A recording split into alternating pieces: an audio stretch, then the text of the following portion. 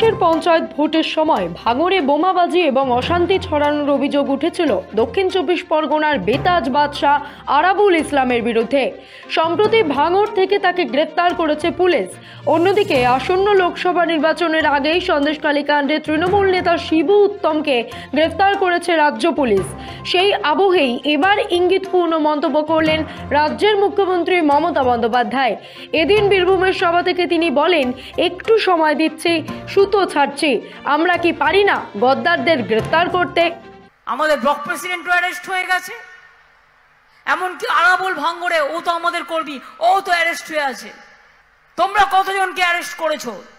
আমি কি পারি না করতে, গদ্দারদের অ্যারেস্ট করতে? একটু সময় দিচ্ছি, সুতো ছাড়ছি। গদ্দারদের সব চুরি দুর্নীতি কেস। চলতি মাসেই দক্ষিণ চব্বিশ পরগনার কাশীপুর এলাকা থেকে আরাবুলকে গ্রেফতার করে রাজ্য পুলিশ। রবিবার বীরভূমের সিউড়িতে প্রশাসনিক সভা থেকে মমতার ইঙ্গিতপূর্ণ মন্তব্য করেন। মমতা বলেন, গদ্দারদের বিরুদ্ধে তো চুরি দুর্নীতির অভিযোগ কম নেই। মমতার এই মন্তব্যের পরেই অনেকেই মনে করছেন তার নিজের দলের নেতারাও সেখানে ছাড় পাননি, সেখানে তিনি চাইলেই গদ্দারদের বিরুদ্ধেও পদক্ষেপ করতেই পারেন। 21-এর বিধানসভা নির্বাচনের আগে গেরুয়া শিবিরে নাম লিখিয়েছিলেন এক সময়ের মমতার সহযোদ্ধা শুভেন্দু। তারপর থেকেই রাজ্যের বিরোধী দলনেতাকে দল বদলু, গদ্দার বলে চিহ্নিত করেছে তৃণমূল।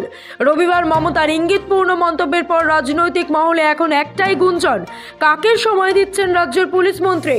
নাম না করে কি তবে রাজ্যের বিরোধী দলনেতা শুভেন্দু অধিকারীর কথাই বোঝাতে চাইলেন মমতা?